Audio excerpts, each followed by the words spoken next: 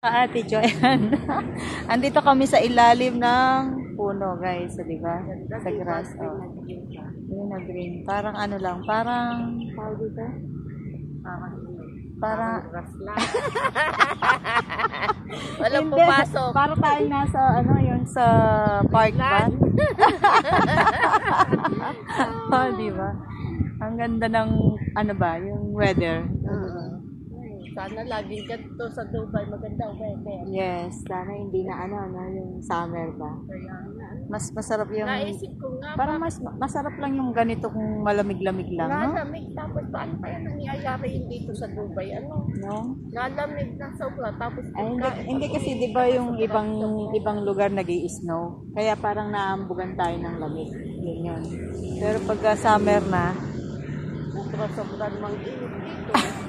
Kaya, buti nga may malamig na ngayon, 'di ba? Saan tayo pupunta niyan? Bibili ng ano? Maya-maya na. Relax muna po kami dito, guys. maghapong nanood lang ng ano, Oo.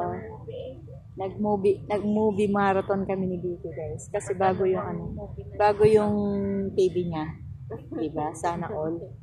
Sana all may TV sa kwarto.